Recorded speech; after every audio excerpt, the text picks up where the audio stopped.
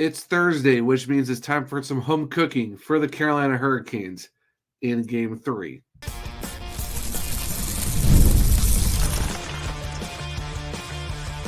You're Locked On Hurricanes, your daily podcast on the Carolina Hurricanes. Part of the Locked On Podcast Network, your team every day.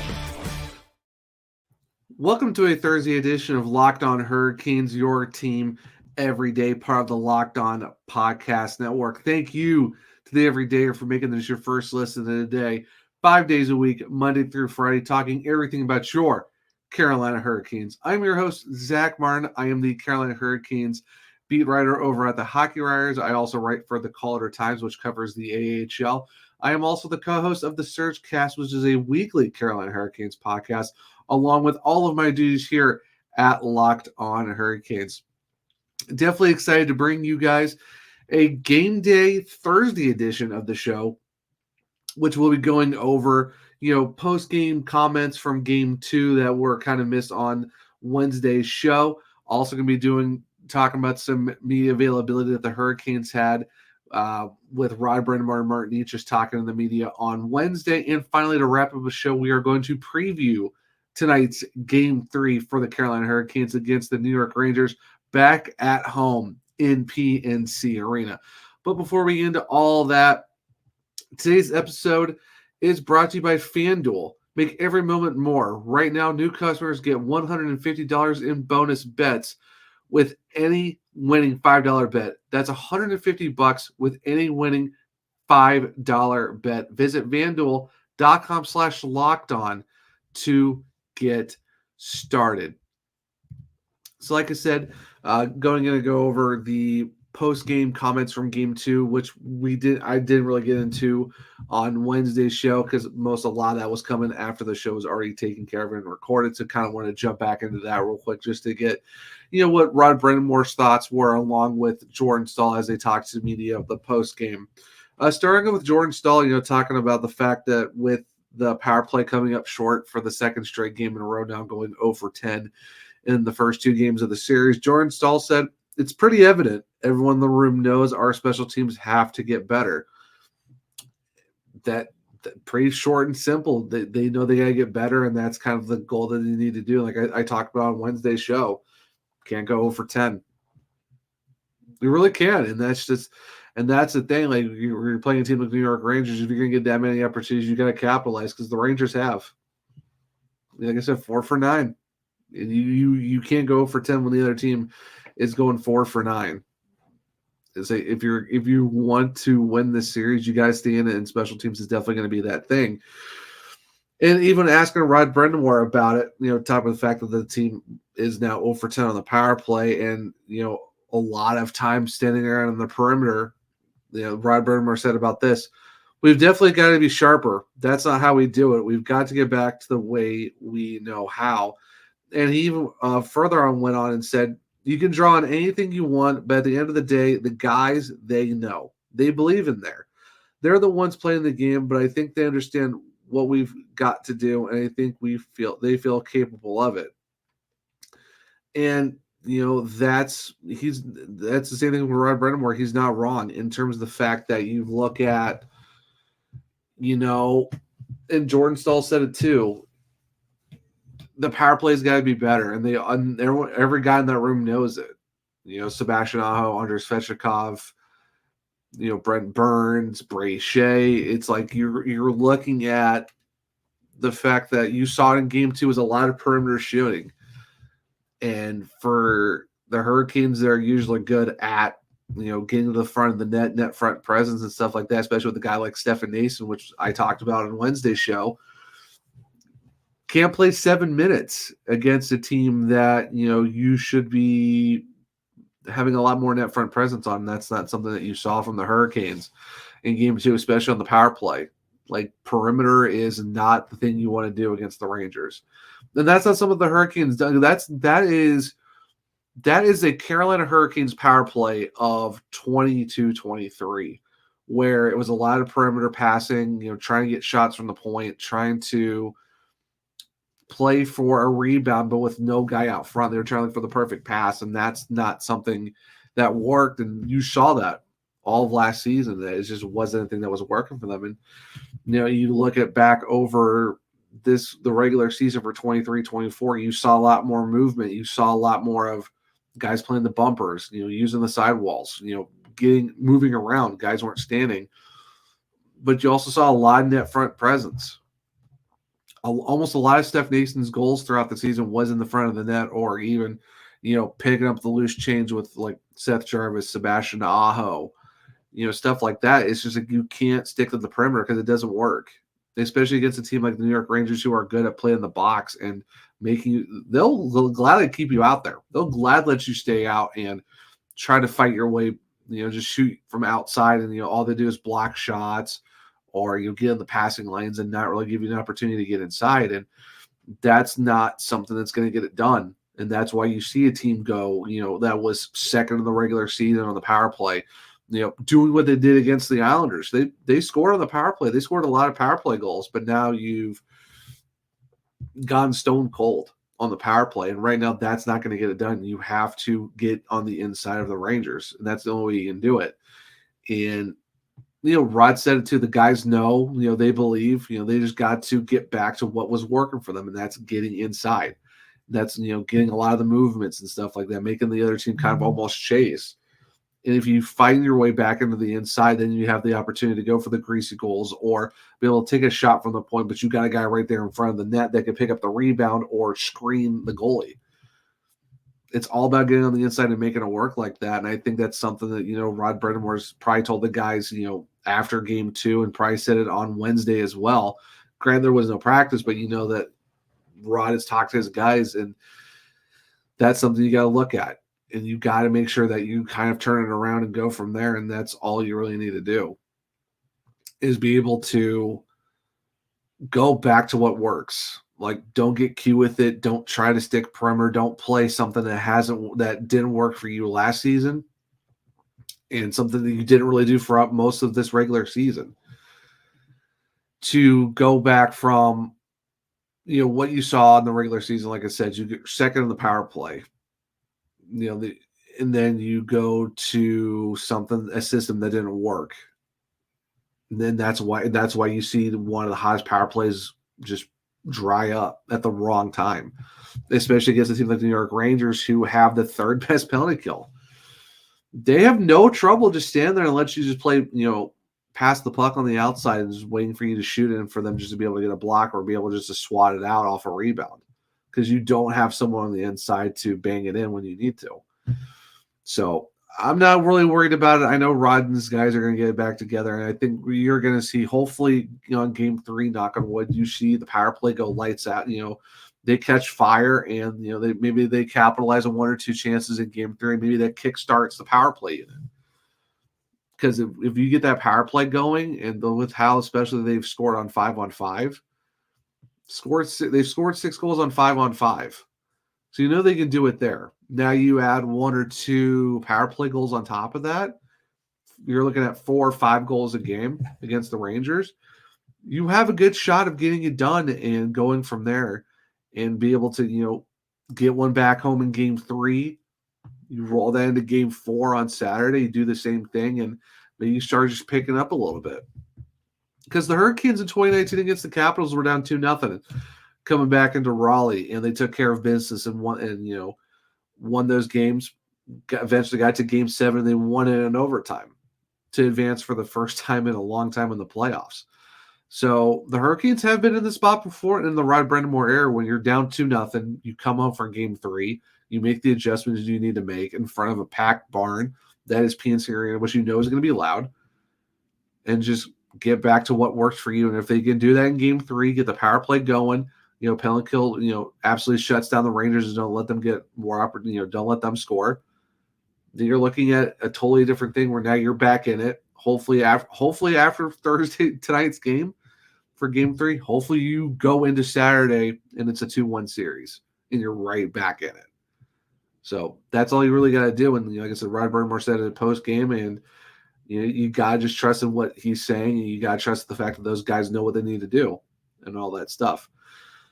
So Like I said at the beginning of the show, we're also going to talk about the media availability from Wednesday that Brind'Amour and Martin Necas had with the media. In fact, there was no practice, but they did give some quotes and gave up some updates as well around the team. And we'll get to all of that here in a second on a Thursday edition of Locked on Hurricanes. There is no I in team, but there is one in Indeed, and that's the hiring platform you need to build yours. When you're hiring, you need Indeed. Indeed is the hiring platform where you can attract, interview, and hire all in one place.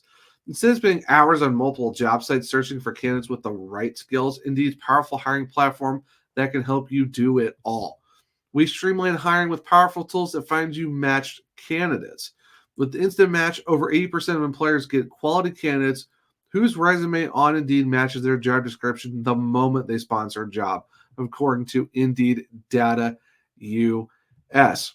The thing I really like about Indeed and the fact is that it makes hiring in all one place so easy because Indeed does the hard work for you. Indeed shows you candidates whose resumes on Indeed fit your description immediately after you post so you can hire faster. And also Indeed's hiring platform matches you with the quality candidates instantly. Even better, Indeed's the only job site where you can pay for applicants that meet your must-have requirements. And also, Indeed is an unbelievably powerful hiring platform, delivering 4 times more hires than all other job sites combined, according to Talent Nest 2019. Join more than 3 million businesses worldwide that use Indeed to hire great talent fast. Start hiring now with $75 sponsored job credit to upgrade your job. Post at Indeed.com/lockedon. Offer good for a limited time. Claim your $75 credit now at Indeed.com/lockedon. Once again, that is Indeed.com/lockedon. Terms and conditions apply. Need to hire? You need Indeed. Welcome back to a segment 2 of Locked on Hurricanes, your team every day. So on Wednesday, there was a media availability with a non-practice. Brind'Amour and Martin Necas were able to meet with the media, back home. Like I said, despite the fact that there was no practice, so they're able at least still get some updates and talk about more stuff from game 2 that wasn't able, depending on player availability and stuff like that. So for Brind'Amour, so the one thing that made it very interesting was the Evgeny Kuznetsov healthy scratch. And the reason why they went with Max Comtois over Evgeny Kuznetsov was that Brind'Amour said that they were, quote, to try and change it up a little. And it's a possibility that Kuznetsov goes back in for game 3. Like, for me, I understand you want to try something different. Kuznetsov, though, is kind of like, I don't see why that was the guy to go with. I mean, if you want to make a change, you could have gone somewhere else in terms of that aspect. I don't know where specifically, because Jack Drury's done good. Steph Nason's done good for the for the playoffs. You possibly could have gone with KK if you really wanted to healthy scratch someone and stuff like that, because Evgeny Kuznetsov did play over just very Kotkaniemi for most of the last part of the regular season. It's just, if you want to change things up a bit, I don't know, taking Kuznetsov out with the fact of how good he was with his passing abilities, his playmaking abilities. He's on power play too as well. For me, it just seemed like it didn't really make sense. You looking at the fact if you were going to take anyone out, you take out Kuznetsov, and you can see it too with just even the time on ice. The fourth line barely even played in a double overtime game. Just Barry Kotkaniemi played a little over 9 minutes. Steph Nason played under 7, and so did Max Comtois. So it's like, was it really a change per se? Because it didn't really, that fourth line barely even played in a game. Like, you're talking half a period or less in a game that went to double OT. It's just, I understand you want to make a little bit of a change, but it's something like that makes you kind of wonder why, if you do make a change, why that one? Why Kuznetsov? Because it seemed like because he had 4 points in the first round against the Islanders, and he didn't play that bad in game one, unless you talk about maybe taking a dumb, like I've seen him like floating around like a dumb penalty that he took in that game, which led to a goal for the Rangers. I mean, if you're gonna sit guys for penalties, I mean, a lot of guys took penalties. I mean, there was only 2 in game one, but still, though, it's like, if that's the case, I don't really know about that in terms of doing something like that where you're taking a guy out. I mean, I don't know. It just doesn't make any sense that's the kind of path you go for. So taking Kuznetsov out, you're throwing Max Comtois in, who's played 1 regular season game for you. He didn't see any of the first round, and you throw him in a game 2 against the Rangers and barely plays. That's definitely, you don't question Rod a lot, but that's probably one of those. It's one of those things where you're like, okay, why was that the case, and why that guy specifically? So it does make things very, very interesting in terms of that aspect. In terms of the goals, who's going to play in goal? So they said that the staff will make a decision on who starts in goal for game 3. Rod Brind'Amour thinks Frederick Anderson has been good, but will come down to how the veteran netminder is feeling. With that being said, Rod Brind'Amour has no concerns at all about going to Pyotr Kochetkov, although he hasn't played in weeks. So coming into tonight's game for game 3, Pyotr Kochetkov has not started a game since April 14th against the Chicago Blackhawks, and you're talking 3 weeks and 4 days. So you're creeping on almost a month since he's played in a game. And you could probably say you could have thrown Pyotr in game 2, but I could see them going with Pyotr in game 3 because it's back at home. You know, maybe you give Freddie some rest because he's basically played in all 7 games for the Hurricanes so far these playoffs. And like I said, Pyotr hasn't played since April 14th. So if you don't have an issue going with Pyotr, I would say go with him. Of course, we'll talk about that when we start previewing game 3. But I can see them going with Pyotr, if anything, if they want to give Freddie Anderson rest. Of course, like I said, that depends on how he's feeling. So, that's very interesting for the fact that there's a possibility that you could see a goalie change possibly going into game 3. And also talking a little bit more about the power play, Rod Brind'Amour did mention again that he wants his team to get more inside on their power plays. Too much time is being spent on the outside, and that's what I talked about in segment 1. The Hurricanes played a lot too much perimeter, and they need to go back to what works for them, and what works for them is getting on the inside. So it's just reiterating what I said back in segment 1, Rod Brind'Amour said in the media availability. Perimeter is not getting it done for the Hurricanes. That is a 2022-23 Hurricanes power play that was in the middle of the pack for the National Hockey League.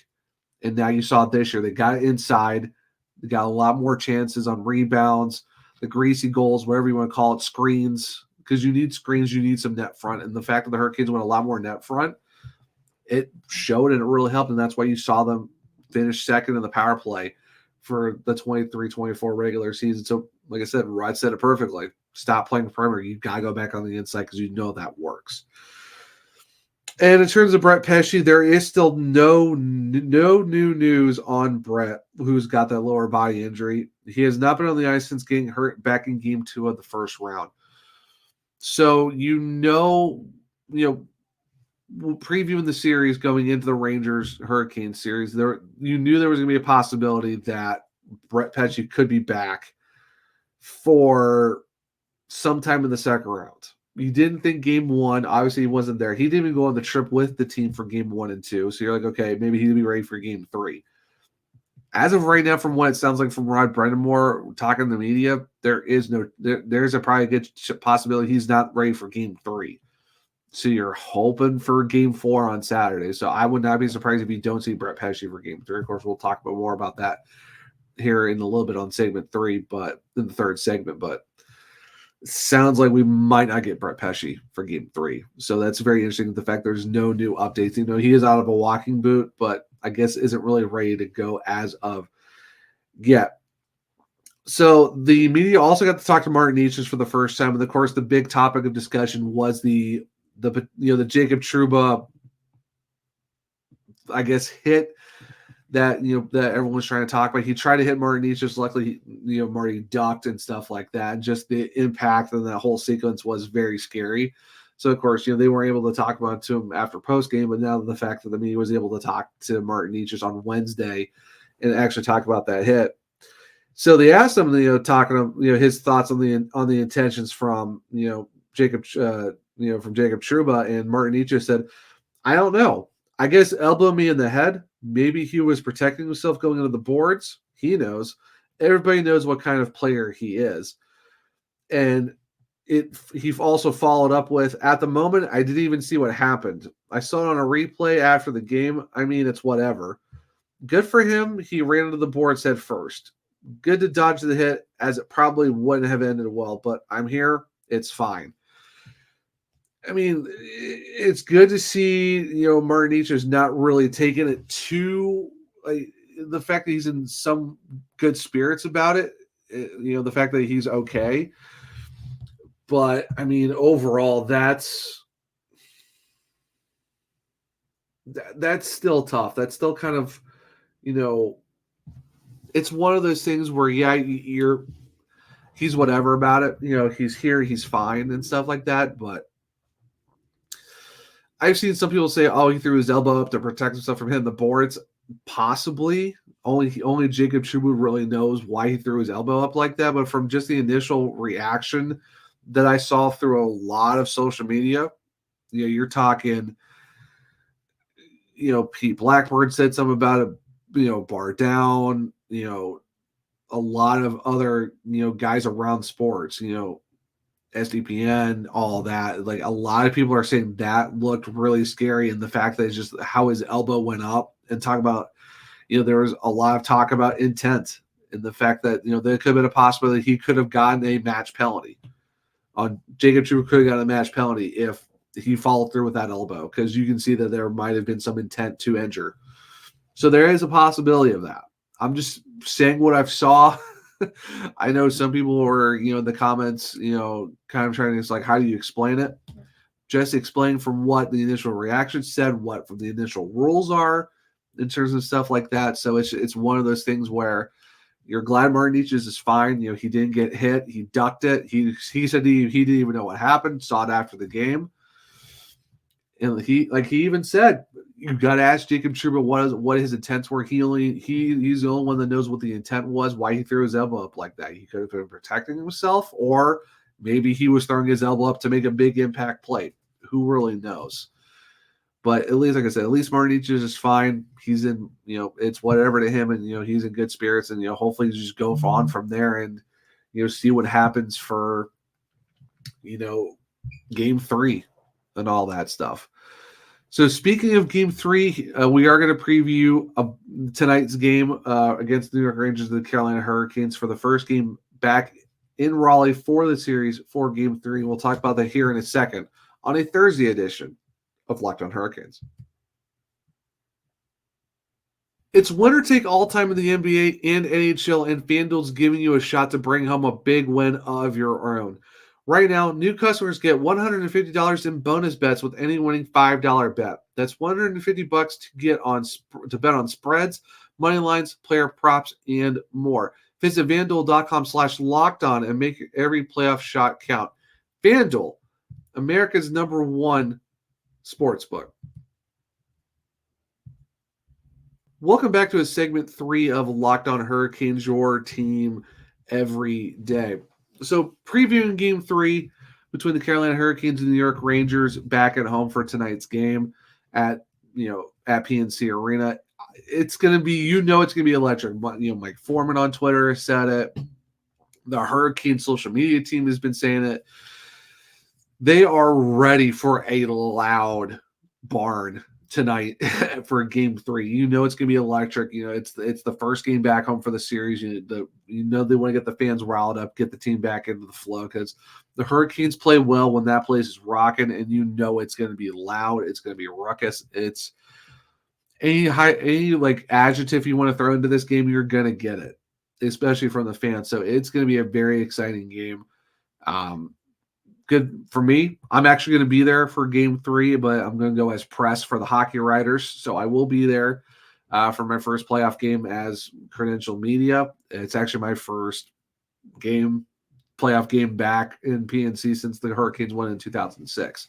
So that's going to be a lot of fun.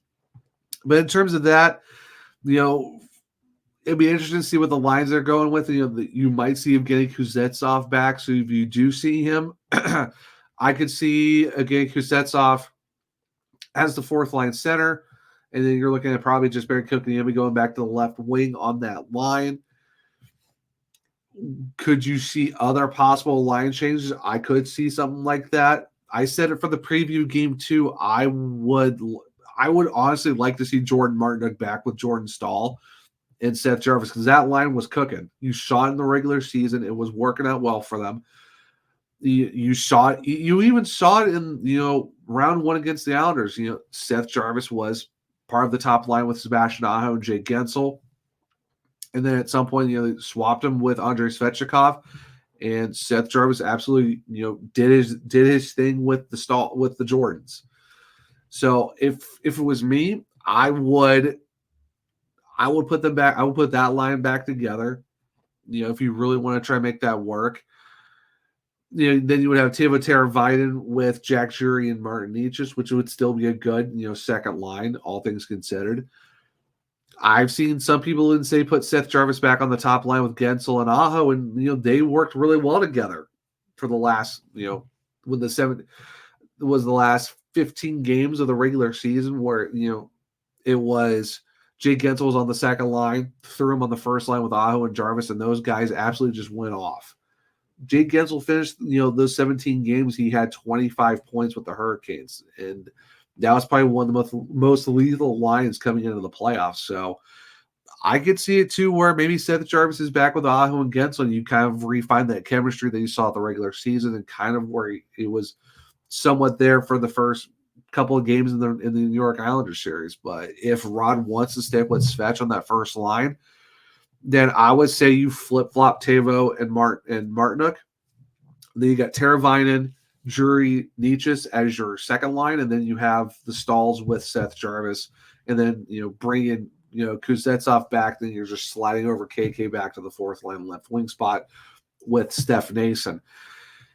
In terms of the D pairs, I don't see any changes down there, just because the fact that Brett Pesce still isn't, from what we've all heard, it still isn't clear to come back. So I would not be surprised that you might not see Brett. Then you're looking at a Slavin and Burns, top D pair, along with Shea and D'Angelo again, and how we saw for basically the rest of the Islander series coming into the first couple games in the Ranger series, and then you got Orlov Chatfield.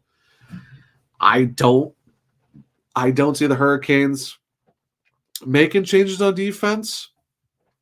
Now, if they do you see Dylan Coghlan coming in, and who's he replacing? The only guy I could possibly see them swap out is maybe D'Angelo, maybe Shea. I'm not sure. Shea, I very doubt, but the fact that he was taken off the power play unit in game 2, maybe there's something there. It's a hypothetical. I very much doubt that's going to be the case, but if there was an odd man out, you could be looking at D'Angelo taking him out and throwing Coghlan in there. But in all honesty, I don't see that happening. I don't really see the defense getting changed up very much unless Brett Pesce's ready to go all of a sudden. So I'm not sure about that. Goaltending, like I said in segment 2, could be Freddie, depending on how he's feeling. And based off that, you could be looking at Peter Kochetkov coming back in for the first time in over 3 weeks to be in that. So it'll be very, very interesting to see how that works out. The game is at 7:00 p.m. Eastern. It's going to be on ESPN and CBC up in Canada, as well as Sportsnet and all that good stuff. But that will wrap up this Game Day Thursday edition of Locked On Hurricanes. If you want to follow me, you can follow me at OneTrueZach on Twitter. You can also follow the podcast at LO_Hurricanes. If you go to my personal Linktree, on my personal Twitter account, you can find where to check out my writing at the Hockey Writers. Also at the Calder Times as well, for if you're looking for some American Hockey League stuff on that side of things. Also, where to listen and watch on YouTube for my other podcast, The Surge Cast. And then you can also find the link for this podcast where to listen to this show on all platforms and also on YouTube as well. And if you're on the YouTube side of things, make sure to hit subscribe. Make sure to hit the bell, hit the bell notification. Make sure to turn it on so you don't miss the show. And also to leave a thumbs up if you really enjoyed the episode. And in the comments, let me know who you would put in game. Who would you want to start in that for game 3? And who would like to see possibly come in on the forward core or even the D pair? So if you have any thoughts on who you should be coming in for the forwards or the defense or both possibly, and who would you want to put in net for game 3, make sure to leave it in the comments below. And if you do subscribe, make sure to please share this channel with all other Caniacs. So hopefully they become everydayers just like you guys as well. Because if we get to 1,000 subscribers, I might do something really cool for you guys. And also on the podcast side of things, if you leave a 5-star rating and if you leave a review with that 5-star rating, I might just read it on the show. But I hope everyone has a great rest of your Thursday. Hope everyone enjoys game 3. If you're going to be at PNC or wherever you're watching, hope everyone enjoys the game. Hopefully we get a Carolina Hurricanes win to get back into this series. But until next time, guys, as always, let's go Canes.